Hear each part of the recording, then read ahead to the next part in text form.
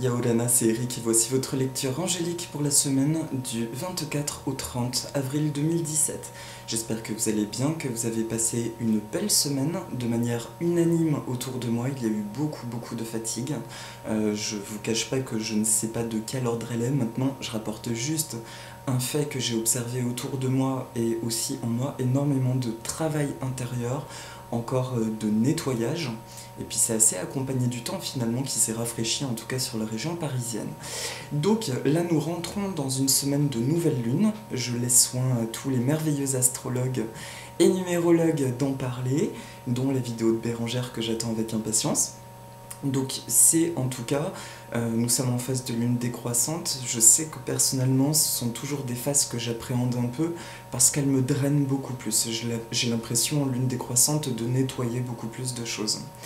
Donc, en tout cas, la fatigue est visiblement quelque chose de normal. J'entends que ce sont toujours ces réajustements au niveau du corps physique, comme nous l'avions dit la semaine dernière. C'est comme si le corps lui est en train de se transformer. Et très curieusement, je me suis rendu compte que autant on peut se sentir fatigué, autant qu'on se voit dans la glace, on a l'impression d'avoir bonne mine, d'avoir beau teint. Et c'est un des signes qui montre qu'il n'y a pas de problème physique en soi majeur, visiblement, mais que c'est plutôt au niveau plus subtil qu'il y a des réencodements et ce genre de choses. Des réencodages, pardon.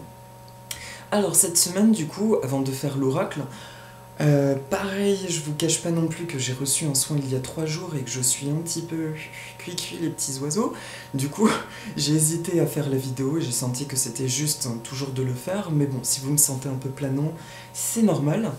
Et je suis allée dans mon jardin comme tous les matins, et ce matin j'ai vu des plantes s'illuminer, me disant en gros, cette semaine tu vas faire un tirage avec des plantes et non avec des cartes. Alors, je sais que quand j'ai déjà fait cet oracle, certaines personnes m'ont dit écoute, je suis moins à l'aise avec les plantes. Pour autant, si j'ai ressenti ça, c'est qu'il y a une justesse quelque part, c'est que ça doit passer par là, et puis c'est aussi une bonne illustration pour nous montrer que finalement, peu importe le support de divination, qu'on peut recevoir des messages de n'importe où, et même si on ne connaît pas la signification ou la symbolique de certaines choses, il est hyper important juste de se mettre en détente, en réceptivité, sans a priori, et de laisser en fait d'écouter l'émotion qui nous traverse à ce moment-là, de se demander ok, quel est le message qui m'est transmis maintenant. Vous pouvez encore une fois vous aider d'affirmations positives du genre je place mon ego, mon mental en retrait et je reçois des messages clairs, simples et que je puisse bien interpréter. Voilà, alors c'est parti. Les 3 plantes, en fait il y en a 4 du coup. Les 3 plantes pour la semaine sont, vous verrez, la fougère, l'oranger du Mexique et un iris. Un iris qui a une histoire d'ailleurs très particulière pour moi. Et derrière moi, un azalée que je vous montrerai de plus près qui est pour la carte de la semaine. Un azalée cactus. Et nous sommes accompagnés par une magnifique orchidée offerte par ma petite maman que j'embrasse fort. Alors, pour le début de semaine, la première plante qui m'a appelé est cette fougère, cette fronde de fougère qui est une variété particulière, je n'ai plus le nom d'espèce, en tout cas comme vous le voyez c'est un joli vert pomme, et c'est une variété dorée, appelée Aurea en latin, voilà, c'est une variété dorée qui forme des très beaux tapis. La fougère, la première chose que j'entends, et c'est comme ça que je ressens l'énergie de la fougère est une gardienne, c'est une protectrice, c'est aussi une plante avec les mousses qui est considérée comme une des ancêtres finalement des plantes, et pour l'anecdote botanique, elles se reproduisent par la présence de l'eau, c'est-à-dire que vous savez qu'elles ont des spores derrière les feuilles qui ne sont pas exactement des graines, et pour qu'il y ait fécondation, il faut qu'il pleuve, de façon à ce que ces spores ruissellent. Et c'est ainsi seulement qu'ils pourront se féconder avec les spores mâles, etc. Enfin, il y a l'accouplement entre les gamètes mâles et femelles. Mais c'est intéressant parce que tout comme les mousses, ce sont des plantes qui témoignent de leur origine aquatique. Ce sont des plantes qui originellement étaient probablement aquatiques du fait que leur reproduction passe encore que par la présence de l'eau, d'où le fait aussi que les fougères affectionnent autant l'eau. Voilà pour la parenthèse botanique. Donc elles sont bien à planter à l'ombre. La fougère donc est avant tout une protectrice. J'ai toujours ressenti le besoin d'en mettre de chaque côté de ma porte d'entrée. C'est une plante qui est associée au savoir ancien, à la protection du savoir, au gardiennage du savoir. Si elle apparaît en ce début de semaine, ce que je ressens, à ma grande surprise la semaine dernière, il y a eu des remontées encore karmiques, dites historiques en fait d'un passé, voire des émotions peu agréables du passé. J'ai été rassuré par le fait d'entendre par les précédents oracles que c'était juste et que ce qui est acquis en positif est acquis pour de bon. Cependant, ce nettoyage continue encore, je pense qu'il continue jusqu'à la nouvelle lune, voire qui nous prépare en fait exactement à cette nouvelle lune. Pardon. Et la fougère arrive pour nous indiquer une énergie de protection, que effectivement il y a comme un espèce de voyage dans le temps, dans le passé, nous nous réapproprions encore, il y a de nouveau cette vague de réappropriation d'outils, de compétences, de qualités du passé, mais ce voyage nous fait repasser aussi par des zones d'ombre du passé. Je vous dis, je suis vraiment surpris moi-même de ressortir ça, parce que je pensais que c'était acquis, mais bon, visiblement on continue d'avancer. En tout cas, le message est clair pour lundi et mardi, c'est que si vous vous trouvez dans cette situation, vous avez l'impression d'être reconnecté à des situations du passé, ou des choses qui sont resservies, en fait, ne vous y attachez surtout pas, c'est non pas qu'elles sont resservies, elles ont bien été guéries, rétablies, mais c'est comme si vous êtes obligé de repasser par ce couloir avec ces images-là pour accéder aux qualités que vous aviez à récupérer de votre passé. Voilà, c'est encore cette vague. Simplement, à notre vue, il y a un sentiment presque de régression, c'est tout à fait normal.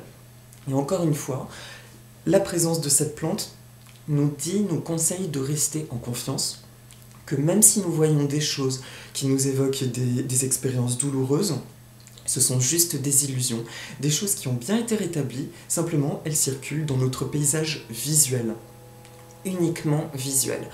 Donc, si je devais formuler le message de cette plante, ce serait juste, vous êtes protégés en toutes circonstances, faites complètement confiance alors que vous vous aventurez dans des nouveaux horizons, dans des nouvelles zones de votre vie, vous êtes en totalité protégé. Voilà, donc pour lundi et mardi, il y a probablement cette expérimentation, je vous dis, de toujours traverser des choses du passé. Faites confiance, en tout cas vous êtes protégés. Et aussi, pour nous guider, peut-être, qu'est-ce que je pourrais trouver comme parole positive ? Je sais très bien ce qui est réglé dans mon histoire personnelle, je sais très bien ce qui a été mis en lumière et transmuté. Et aujourd'hui, je fais complètement confiance dans le fait que ce que je traverse est pour mon plus grand bien et que je me dirige vers mon plus bel objectif de vie. Voilà, je fais complètement confiance et je suis entièrement protégé par Dieu, les anges et qui vous voulez, alors que je m'aventure dans ces zones-là qui me permettent de me réapproprier tout ce qui m'appartient dans l'amour et la lumière en justesse. Voilà pour lundi et mardi. Pour le milieu de semaine, c'est l'oranger du Mexique. Alors il est en fin de floraison, vous connaissez peut-être, le nom latin c'est le Choisya ternata. Lui c'est la variété classique, enfin la première qu'on connaissait dans les jardins de grand-mère. J'ai coupé une petite fleur seulement pour pas abîmer son beau feuillage. En tout cas, ça a des feuilles lobées, en fait, comme une main, des lobes arrondis. C'est vraiment très doux. Et les feuilles, comme les fleurs, sentent. Et ça évoque même l'odeur un peu de l'oranger, d'où son nom d'oranger du Mexique. Alors là, il perd plein de pétales. Alors là, c'est une nouveauté pour moi de recevoir un message du Choisya, parce que je ne l'ai jamais vu. Alors pareillement, il y a la dynamique de la protection, puisque ces fleurs sont à 5 pétales, comme un pentacle. J'entends de nouveau, en tout cas c'est ce qui me vient en premier lieu. Si je l'observe bien, il y a combien d'étamines ? 1, 2, 3, 4, 5, 6, 7, 8, 9, 10. Si on a 10, on est toujours dans le 5, 10 et 15 au total. Il y a la dynamique à travers le chiffre 5 également du mouvement. C'est ce que j'entends, c'est que milieu de semaine prochaine, toujours la sensation d'être protégé. Nous sommes, enfin c'est pas la sensation, c'est nous sommes protégés, ayons confiance dans ce fait-là.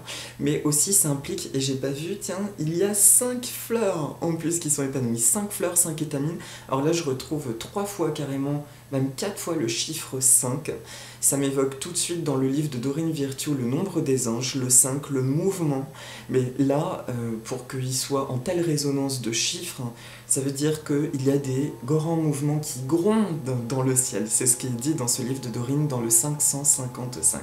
Des énormes changements grondent dans l'air, mais des changements pour votre plus grand bien. Donc, milieu de semaine prochaine, donc ce qui colle avec la nouvelle lune qui sera donc le 26 mercredi, il y a potentiellement des grands changements, mais quand je dis grand, ça peut être très très soudain, des basculements de situation d'un coup. Et finalement, le nettoyage que nous vivons là est pour nous préparer à ce grand changement qui lui va nous propulser de nouveau dans un état de paix.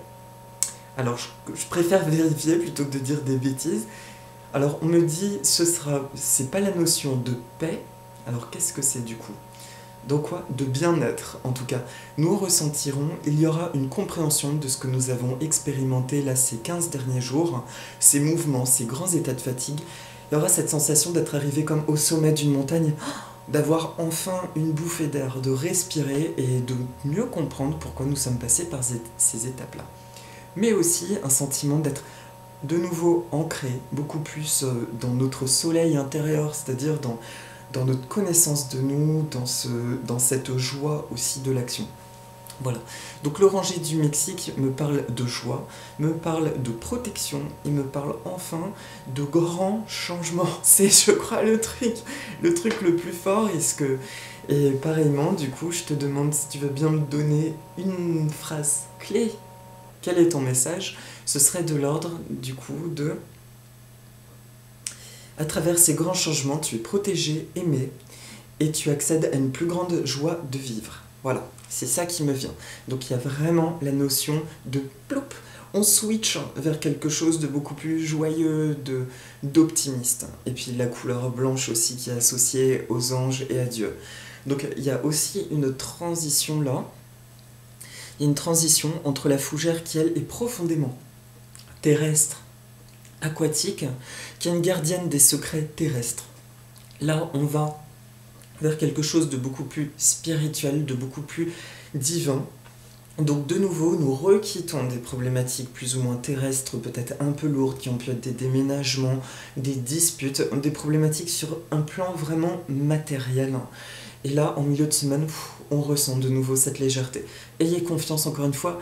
Là, les anges insistent sur la notion de la protection. Nous sommes vraiment protégés cette semaine. Et enfin, une plante que j'affectionne, l'iris. Alors, ce magnifique iris violet, pour l'anecdote, et provient de Grèce, en fait, de la maison de mon grand-père, près d'Olympie. Et j'ai retrouvé un rhizome comme ça, et j'ai dit à mon père, mais papa, il reste des iris ici, mais qu'est-ce que c'est que ça ? Et papa, waouh, incroyable, il me dit, mais c'est ton arrière-grand-mère qui cultivait des fleurs et tout. Et donc j'ai récupéré un petit tubercule, un rhizome, que j'ai ramené en France, et il a fait des touffes énormes, et depuis j'en partage autour de moi. Et ce qui est magique, je le sens, c'est une odeur de violette, d'iris vraiment entêtante. Celui-ci, c'est l'iris des parfumeurs, c'est vraiment l'iris ancien qu'on utilisait pour la parfumerie. Et il a une énergie, vous voyez, ce violine est vraiment somptueux. J'adore chaque année quand il fleurit.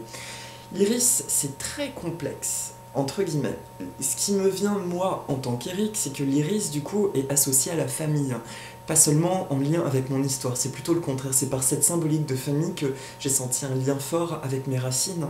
Mais de manière générale, j'entends, il y a une trinité, de toute façon, lui, quand on regarde sa forme, il y a 3 pétales dressés et 3 pétales couchés, en fait. Donc là, on est dans le 6, le sceau de Salomon, ce qui n'est pas exactement la même chose encore, mais l'union du pôle yin, du pôle yang et du pôle ciel et du pôle terre, du pôle réceptivité et du pôle don, mouvement. Réceptivité, attendez, j'ai plus le mot. Réceptivité et... Bref, vous voyez de quoi je veux parler, le don en fait. En tout cas, l'iris, c'est la famille, c'est la guérison au niveau des membres du clan, mais ça peut être aussi la guérison dans la famille de cœur, dans les relations. Et là, c'est le premier message que j'entends pour le week-end prochain.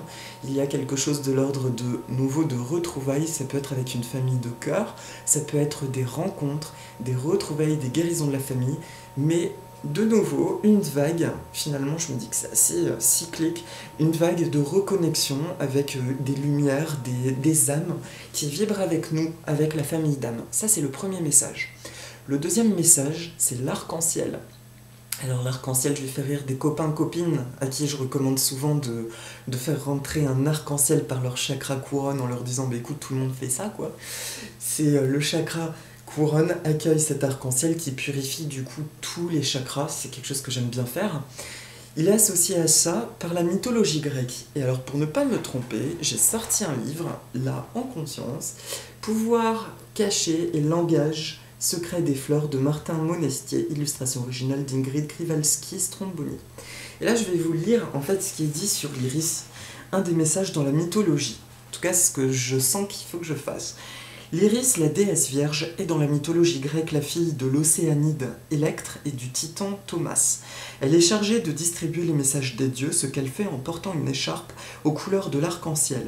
Elle est surtout chargée de préparer la toilette, la couche et le bain d'Héra, épouse et sœur de Zeus.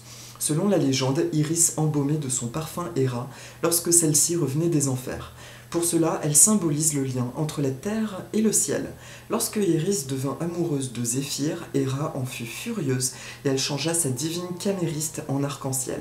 Depuis, l'arc-en-ciel porte le nom d'écharpe d'Iris et les iris qui poussent à ses pieds sont, dit-on, chargés de pouvoirs magiques. Selon une autre tradition, la déesse Iris est désignée comme la mère de l'amour. L'autre chose, tiens, c'est marrant, c'est pour ceux qui s'intéressent à l'astro, l'iris est en concordance avec la planète Vénus. Cette plante de nature Mercure-Mars est en affinité parfaite avec les natifs du deuxième décan du signe des Gémeaux. Par sa seule présence, l'iris développe chez eux la sensibilité, combat leur jalousie et les rend indulgents. Elle est pour eux un facteur de concorde et de bien-être et par cela même combat les inimitiés familiales. Les inimitiés, ou les inimitiés, j'ai un doute, familiales. Voilà. L'iris est l'emblème de la haute intelligence. Les 3 pétales dressés symbolisent la fidélité, la sagesse et la vaillance. En amour, il symbolise le cœur tendre. Voilà. Voilà pour l'iris. Du coup, ce qui était dit dessus... Tiens, excusez-moi, j'ai refermé le livre. Du coup, mes yeux ont été appelés par le nom dérivé du latin qui signifie donc arc-en-ciel. Iris. Voilà, du coup... Iris, ça porte l'énergie purificatrice, mais ça porte aussi le lien entre le ciel et la terre. Et là, ce que j'entends du coup en point final du week-end, c'est que finalement les lourdeurs et les fatigues que nous avons ressenties les 10 derniers jours étaient liées au fait que c'est surtout au niveau physique qu'il y a eu beaucoup de recalibrage, de nettoyage. C'était en alternance, un coup c'est au niveau de l'âme que nous nettoyons, un coup c'est au niveau du corps, et puis un coup ce sont les deux. Là c'était surtout au niveau du corps la semaine dernière, et là, cette semaine, ce sont des recalibrages, de nouveau un réajustement entre notre pôle ciel, notre pôle terre, donc c'est-à-dire notre pôle intuition, notre pôle réceptivité, et notre pôle physique, vraiment au niveau du corps. Donc le week-end prochain, ce sera, je sens, un temps de... mais vraiment comme de retrouvailles. C'est comme si, ça y est, nous étions en chemin finalement ces 10 derniers jours, en train de récupérer des choses qui nous appartiennent, de mémoire de cette vie ou d'autres vies, que nous les avons récupérées et que là nous nous posons après la nouvelle lune, nous regardons notre butin finalement, ah j'avais ça, ah j'avais ça, j'avais ça, oh là là, mais j'ai retrouvé ces vieilles mémoires, bon ok, je sais que c'est guéri, je laisse de côté, ah mais je sais que ça, maintenant, je peux l'utiliser de telle manière. Voilà. Et il est là le truc de la reconnexion avec notre pôle divin, c'est que tout ce que nous avons récupéré, là, il y a une nouvelle imbrication et des nouveaux usages, des nouvelles utilisations qui vont se mettre en place, des nouvelles inspirations, toujours au service de notre bien-être, de notre épanouissement, toujours plus important, en fait. Et à la question que je me pose toujours de... Mais quand est-ce que ça va se terminer? Bien, effectivement, je suis toujours surpris, je peux paraître naïf aux yeux de certains, j'aspire clairement à avoir une vie de plus en plus légère, de plus en plus clémente, et finalement, c'est vrai qu'on continue d'avoir des vagues, mais ce que je ressens, et j'ai beaucoup de gratitude pour ça, c'est que, et je ne suis pas le seul, j'ai eu un merveilleux échange hier avec une dame qui s'appelle Emmanuelle, que je salue bien, c'est que Nous ne savons pas où nous allons, mais nous sentons qu'il y a un truc super merveilleux là qui est en train de se mettre en place. Donc c'est encourageant. Et ça fait du bien aussi de ne pas y mettre la forme. Ça veut dire que le mental il lâche aussi de plus en plus, de se dire je sens qu'il y a un truc merveilleux, il se passe de plus en plus de belles synchronicités, il y a plein de bonnes choses. Donc c'est positif et nous nous dirigeons vers ça. Et pour finir du coup la semaine, la carte, la plante qui est ressortie, c'est mon magnifique azalée, regardez. Je vous le montre de près parce que c'est une merveille botanique. C'est mon amie Lolo, ma guide de cœur que j'embrasse aussi très très très fort, qui m'a offert cette plante il y a 2 ans, qui refleurit de plus belle tous les ans. L'azalée cactus. Alors, pour la petite parenthèse, les azalées, beaucoup de personnes en achètent et les voient mourir très vite. En fait, ce qu'il faut, le réflexe, c'est de tout de suite, quand vous recevez un azalée, même s'il est en fleurs, c'est de le rempoter dans la véritable terre de bruyère. Pas dans de la terre dite de bruyère, mais de la véritable terre de bruyère dans un pot plus grand. Et aussi d'éviter de garder les azalées dans les maisons, particulièrement chauffées. Personnellement, vous voyez, en région parisienne, tout dépend où nous sommes, toute l'année, que ce soit les azalées japonaises, donc rustiques, ou celles qui sont moins rustiques, sont dehors, et chaque année elles fleurissent. Et celles-ci, elles passent été comme hiver dans le jardin, et vous voyez, chaque année, c'est une avalanche de couleurs. Et surtout, sa fleur, on dirait pas une azalée, quoi. Vous avez plein de formes, c'est une plante, je vous dis, qui est hyper simple à cultiver. Le tout, c'est juste de respecter cette condition de culture, de la mettre dans un plus grand pot, avec de la terre de bruyère. Tiens, alors ça... c'est énorme. Il y a un petit escargot dans l'azalée. Voilà, pour vous montrer. Regardez les beaux escargots qu'il y a dans mon jardin. Il est joli, hein? Voilà. Et ben c'est marrant parce que l'escargot, en été, j'en ai beaucoup dans mon jardin et malheureusement, il m'arrive d'en écraser quand je vois pas, ce que je ne supporte pas. Et ça me fait beaucoup de peine. Et du coup, l'escargot, à chaque fois que je vais écraser des escargots, j'entends le message suivant: pose-toi la question, où est-ce que tu n'as pas confiance? Quel est le domaine de ta vie où tu n'as pas confiance actuellement? Je le repose dans le... Voilà.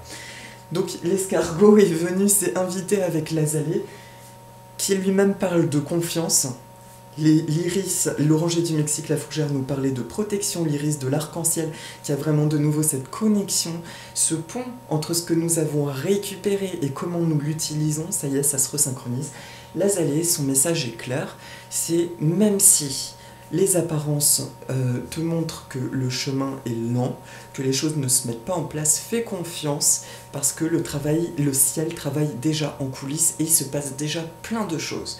Et que si tu te détends, que tu fais un peu le vide, que tu regardes, que tu fais un bilan, tu te rendras compte que depuis ces derniers mois, il y a beaucoup de choses qui ont changé, il y a beaucoup de choses qui sont beaucoup plus fluides et qui se mettent en place. Donc l'azalée nous parle vraiment de patience et de vérité au-delà des apparences. Si tu as l'impression, encore une fois, que les choses vont lentement, fais confiance qu'il se passe des choses énormes en coulisses. C'est comme si des bases se mettent en place. Et d'où le fait, comme l'azalée, qui fleurit d'un coup comme une avalanche boue, c'est en lien avec l'oranger du Mexique qui nous parle de changements qui grondent dans l'air. Donc là, je ressens qu'il y a cette thématique de mouvement maintenant. Fais confiance, même si les apparences t'ont parlé de lenteur, de grosse fatigue, de récupération, c'était un temps nécessaire, et rappelle-toi que tout arrive dans l'intervalle espace-temps idéal. Si ça ne se produit pas, c'est qu'il y a une bonne raison, et là-haut, ils savent très bien mettre en place tous les éléments nécessaires pour que, au moment où les choses se mettront en place, tout le contexte sera posé merveilleusement bien. Voilà. Voilà le message. Je n'ai rien d'autre là qui me vient. L'orchidée nous parle d'amour, donc c'est juste une bénédiction d'amour pour nous tous. Je vous dis en tout cas plein de bonnes choses pour cette semaine. Et puis voilà, du repos, détendez-vous, faites confiance, n'hésitez pas à solliciter vos anges ou les énergies que vous voulez d'amour et de lumière, demandez de l'aide, demandez. Les prières sont toujours entendues, les intentions sont toujours entendues. Et moi je vous envoie plein de vagues océaniques, polynésiennes, turquoise et aussi grec d'un beau bleu parce que le bleu grec est magnifique, et puis aussi atlantique. Bref, beaucoup d'énergie océanique, purificatrice et de confiance, de bien-être, et je vous souhaite une très très douce semaine. Je vous embrasse fort et je vous dis aloha. Au revoir mes amis.